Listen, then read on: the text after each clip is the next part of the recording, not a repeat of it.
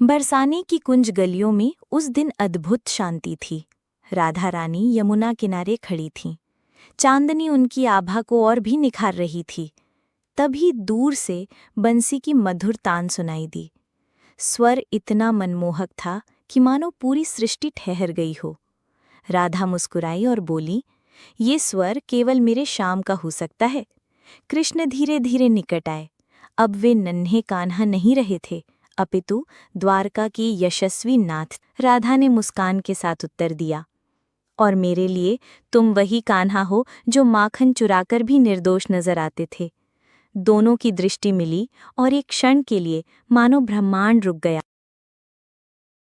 गोकुल के पास यमुना नदी बहती थी। एक दिन उस नदी में भयंकर कालिया नाग आकर रहने लगा। कान्हा ने जब ये देखा तो सोचा, अगर सब डरते रहेंगे तो गोकुलवासी पानी कैसे पिएंगे? ये तो अन्याय है। वे खेल खेल में ही नदी में कूद पड़े।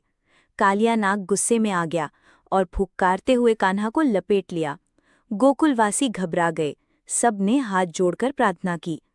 तभी कान्हा ने मुस्कुराते हुए नाग की फूंखार से निकलकर उसके फन पर नृत्य करना शुरू किया। उनकी बांसुरी की मधुर ध्वनि से कालिया नाग शांत हो गया और बोला, कान्हा, मैं यहाँ से चला जाऊंगा। अब गोकुलवासियों को कोई हानि नहीं होगी। बहुत समय पहले की बात है।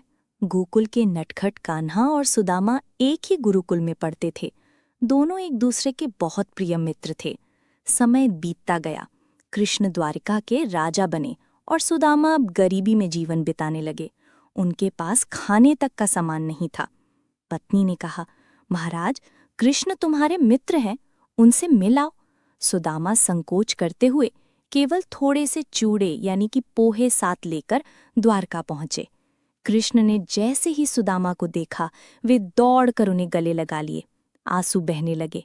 वे स्वयं सिंहासन छोड़कर सुदामा के पैर धोने लगे। सुदामा का लाया हुआ साधारण चूड़ा कृष्ण ने अत्यंत प्रेम से खाया। सुदामा अपनी दीन दशा बताने से झिझकते रहे, लेकिन कृष्ण सब समझ गए। जब सुदामा अपने घर लौटे तो देखा उनकी कुटिया एक सुंदर महल में बदल चुकी थी। सुदामा ने समझ लिया, सच्ची मित्रता में मांगने की जरूरत नहीं होती, मित्र स्वयं सब समझ लेता है। ये कहानी हमें ये सिखाती है कि मित्रता का आधार धन दौलत नहीं, बल्कि सच्चा प्रेम और निष्ठा है।